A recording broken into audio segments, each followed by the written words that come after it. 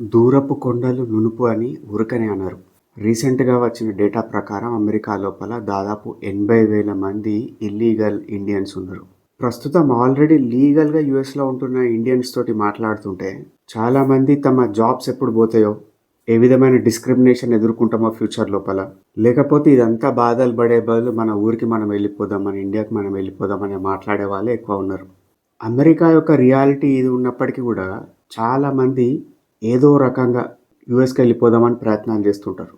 దానికి గల మొట్టమొదటి కారణం ఏంటిదంటే సోషల్ ప్రెషర్. ఎకనామిక్ ఆపర్చునిటీస్ కూడా ఎక్కువ ఉంటదని ఒక అపోహ. ఈ కారణంగా చాలామంది మొగ్గు చూపుతూ ఉంటారు.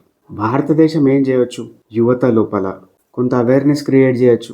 ఎంటర్‌ప్రెన్యూర్‌షిప్‌కి నరిష్మెంట్ ఇచ్చేటువంటి ఎన్విరాన్మెంట్ క్రియేట్ చేయొచ్చు. అది చేయకుండా మన వాళ్ళని ఎంతసేపు తిడుతున్నా గానీ, బ్రెయిన్ డ్రైన్ అయిపోతుందన్నా గానీ, ఎన్ని కహానీలు చెప్పినా గానీ ఏం లాభం లేదని నా యొక్క ఉద్దేశం.